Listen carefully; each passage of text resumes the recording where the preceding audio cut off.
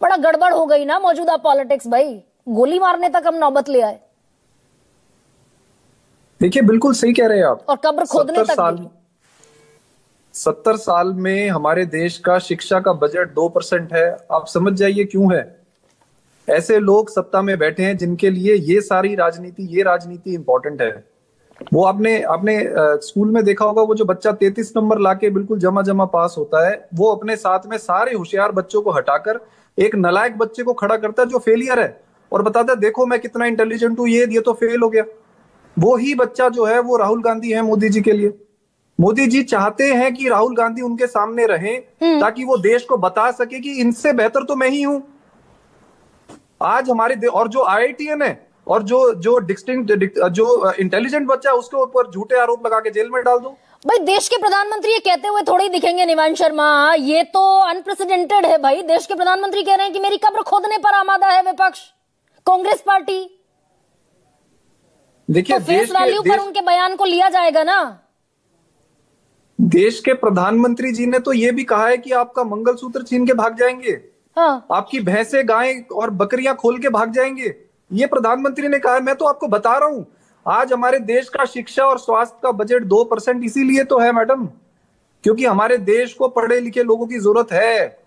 हमारे देश इन लोगों के हाथ में आ गया जो केवल विक्टिम कार्ड खेलकर पॉलिटिक्स करना चाहते हैं, जो केवल सिंपैथी के नाम पर वोट मांगना चाहते हैं, जिनको काम करने से कोई मतलब नहीं है, जिनको देश में डेवलपमेंट से कोई लेना देना नहीं है, जिनको ना ट्रेड समझ में आता, जिनको ना इकोनॉमी समझ में आती, जिनको ना बिजनेस समझ में आता। आज तक ये नैरेटिव इंड्यूस कर गया ना निवान एक सवाल का भाई, ये नैरेटिव इंड्यूस कर गया भारतीय जनता के मानस में। संसद की जो वीडियो फुटेज संसदीय कार्य मंत्री ने रिलीज किए, वो नैरेटिव इंड्यूस कर गया देश की जनता के मन में कि भाई ये हमला करने की फिराक में थे प्रधानमंत्री पर। अब देखिए, देश का जो सबसे ताकतवर इंसान है, जिसके बाद देश में सबसे ज्यादा खर्चा किया जाता है सिक्योरिटी पे, अगर वो भी हमारे देश में इनसिक्योर है तो फिर हमारे देश किसके हाथ में चल रहा है? हमारे देश को आप दुश्मनों से कैसे बचाएंगे? चाइना हमारी जमीन ले गया, आप विदेशी ताकतों को कहने पर जो है वो सीज फायर कर रहे हैं। तो ये तो दिखाता है ना कि आप किस मानसिकता से देश को चला रहे हैं। हमारा देश गलत लोगों के हाथ में है और इनका सबसे सॉफ्ट टारगेट और सबसे सॉफ्ट ओपोनेंट है राहुल गांधी। हाँ। जब तक देश में बीजेपी के सामने कांग्रेस और राहुल गांधी रहेंगे, ये समझदार दिखेंगे और इनको सूट करता है ऐसा समझदार दिखना। और जितने भी पढ़े लिखे नेता हैं उनको सबको ये उठा के जेल में डाल रहे हैं ताकि इनसे समझदार और कोई दिखे ना फ्रेम में। हाँ। ये हालत इन लोगों ने हमारे देश की कर दी है। आज ना शिक्षा पे बात होगी, ना हेल्थ पे बात होगी, ना इंफ्रास्ट्रक्चर पे बात होगी, ना लोगों की डेवलपमेंट पे बात होगी। यानी अब ये गोली और गाली चलेगी देश में, आप ये कह रहे हैं? इधर बीजेपी और कांग्रेस, अब ये देश में गाली और गोली चलेगी।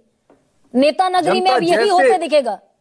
जनता जैसे नेताओं को चुनेगी वैसी ही बातें आपको टीवी पे नजर आएंगी। पढ़े लिखे नेताओं को चुनने की जरूरत है ताकि देश की डेवलपमेंट हो। अब 11 साल देश के इन लोगों ने बर्बाद कर दिए हैं। आज हम जहां पर ये आए थे उससे भी नीचे पहुंच गए हैं।